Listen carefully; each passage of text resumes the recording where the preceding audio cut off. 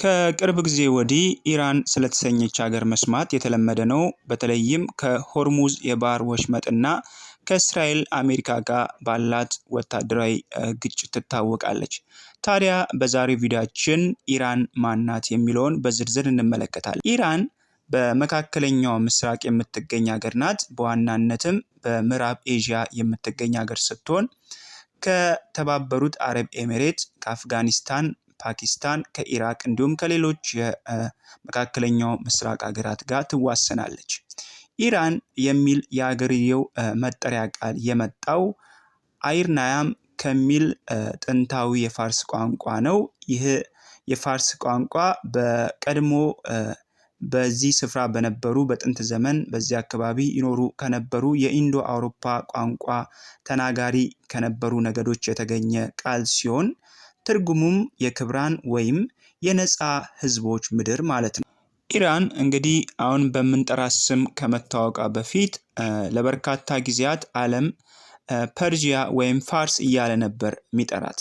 ዓለም ሀገሪቱን ፋርስ ወይም ፐርዥያ እያለ ይጠራት የነበረ ቢሆንም በሀገሪቱ ውስጥ የሚኖሩት የሀገሬ ህዝቦች ግን ከጥንት ጀምሮ ራሳቸውን ኢራኒ ምድራቸውን ደግሞ ኢራን እያሉ ነበር የሚጠሩት። ይህ ልዩነትን ለመቀየር እና የሀገሪቱን እውነተኛ ስምና ብሔራዊ ማንነት ለዓለም ለማስተዋወቅ ሲባል እንደ አውሮፓውያን አቆጣጠር በ1935 የሀገሪቱ ንጉስ ሬዛ ሻህ መላው የዓለም መንግስታት ሀገሪቱን ፋርስ ማለታቸውን አቁመው ኢራን በሚል ትክክለኛ ስሟ እንዲጠሯት በይፋ ጠየቁ። ከዚያም ጊዜ ጀምሮ በዓለም አቀፍ ደረጃ ጸደቀ። አሁን ኢራን በምትባለው መጠሪያ ስምም መጠራት ጀመረች ማለት ነው። የኢራን ዋና ከተማ ተኢራን ትባላለች። ተኢራን ለሚለው ስም ትርጉም በቋንቋና በታሪክ ምሁራን ዘንድ ሁለት ዋና ዋና የታወቁ ትርጉሞች አሉት። የመጀመሪያውና በጣም ተቀባይነት ያለው ትርጉም ከተራራው ግርጌ ያለ ቦታ ከሚል ከጥንታዊ የፋርስ ቋንቋ የመነጨ ቃል ነው። ታ ከሚልና ራን ከሚል። ታ ማለት መጨረሻ ወይም ግርጌ ማለት ሲሆን ራን ማለት ደግሞ የተራራ ጋሻ ወይም ቁልቁለት ማለት ነው። ከተማዋ በትክክለኛዋ መልክዓ ምድራዊ አቀማመጧ እጅግ ግዙፍ ከሆነው የአልባሮዝ ተራራ ሰንሰለቶች ግርጌ ላይ ስለምትገኝ ስሟ ከተራራው ቁልቁለት ግርጌ የተቆረቆረች ከተማ የሚል ትርጉም አለው። ሁለተኛው ትርጉም ደግሞ ሞቃታማ ቦታ ማለት ነው። በሌላ አተረጓጎም ተእ ማለት ሙቅ ሲሆን ራን ማለት ደግሞ ቦታ የሚል ፍቺ አለው። ታ ራን ከሚለው ከዚህ ቋንቋ ትርጉም በመነሳት በጥንት ዘመን በአቅራቢያው ከነበረች ቀዝቃዛ ሬ ከምትባል ታሪካዊ ከተማ አንጻር የሞቃታማ ስፍራ ስለነበረች የሙቀት ቦታ ወይም ሞቃታማ ምድር ተብላ እንድትጠራ እንዳደረጋትም መረጃዎች ይጠቁማሉ። ኢራን በዓለም አቀፍ ደረጃ እጅግ ግዙፍ ከሚባሉ ሀገራት አንዷ ናት። የሀገሪቱ ጠቅላላ ስፋት 1,648,195 ስኩዌር ኪሎ ሜትር ነው። ይህ የቆዳ ስፋት በመካከለኛው ምስራቅ ከሳውዲ አረቢያ ቀጥሎ ሁለተኛዋ ትልቅ ሀገር ያደርጋታል። በዓለም አቀፍ ደረጃ ደግሞ 17ኛዋ ግዙፍ ሀገር ያደርጋታል። የኢራን መልክዓ ምድር ሰፊ ከመሆኑ የተነሳ ግማሹ ክፍል እጅግ ደረቅ በሆኑ በረሃዎች የተሸፈነ ሲሆን ሰሜናዊ ክፍል ደግሞ በበረዶ በተሸፈኑ ረጃጅም ተራሮችና ጥቅጥቅ ባሉ ደኖች የተከበበ ነው። ኢራን በመካከለኛው ምስራቅ ካሉ እጅግ ከፍተኛ የህዝብ ቁጥር ካላቸው ሀገራት አንዷ ናት። በአሁኑ ወቅት የኢራን ጠቅላላ ህዝብ ብዛት በግምት 89 ሚሊዮን አካባቢ ነው። በዚህ የህዝብ ቁጥሯም በዓለም አቀፍ ደረጃ 17ኛዋ ደረጃ ስትይዝ በመካከለኛው ምስራቅ ደግሞ ከግብጽ ቀጥላ በህዝብ ብዛት ሁለተኛዋ ግዙፍ ሀገር ናት።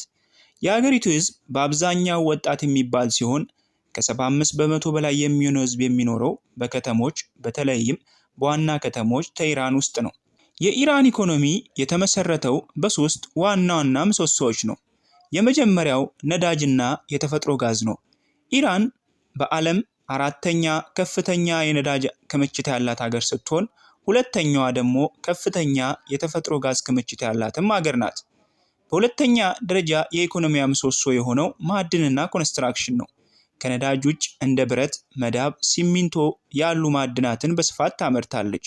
ሶስተኛዋ የኢኮኖሚዋ መሰረት ግብርና ነው። በዓለም ላይ ውድ የሚባለውን የሳፍሮን ቅመምና የለውዝ ምርቶቿ ትታወቃለች። የኢራን መገበያያ ገንዘብ ሪያል ይባላል ወይም ኢራን ሪያል ይባላል። ነገር ግን ስለ ኢራን መገበያያ ገንዘብ ማወቅ ያለባችሁ ኢራን በዋናነት ሁለት አይነት ገንዘቦችን ነው የምትጠቀመው፣ ሪያል እና ቶማን። በኢራን ውስጥ ሁለት የገንዘብ ስሞች አሉ። ይፋዊና በኖት ወረቀቶች ላይ የተጻፈው ስም ሪያል ቢሆንም ህዝቡ ግን በዕለት ተዕለት ግብይቱ ላይ የሚጠቀመው ቶማን የተባለውን ስም ነው። ስሌቱም አንድ ቶማን ማለት 10 ሪያል ማለት ነው። ኢራን ከሌሎች ሀገራት ለየት የሚያደርግ የአመራር ስርዓትም አላት። ኢራን በዋናነት የምትመራው በሃይማኖታዊ መንግስት ነው። ኢራን በአሁኑ ወቅት የምትመራበት ልዩ ስርዓት በሃይማኖት መሪ የምትመራበት መንገድ ነው።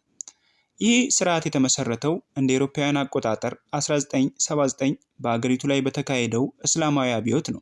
ኢራን ከሌሎች የዓለም ሀገራት ለየት የሚያደርጋት የምትመራበት የአመራር ስርዓት ነው። ኢራን የምትመራው በሃይማኖታዊ መሪ ነው። መሪያቸውም አያቶላ ይሰኛል። የአረብኛ ቃል ሲሆን ቀጥታ ትርጉሙም የአላህ መልእክተኛ ማለት ነው። አጠቃላይ ይህ ማዕረግ የሚሰጠው በሺያ እስልምና እምነት ውስጥ እጅግ ከፍተኛ የሃይማኖት፣ የህግ፣ የፍልስፍና እውቀት ደረጃ ላላቸው ሰዎች ነው።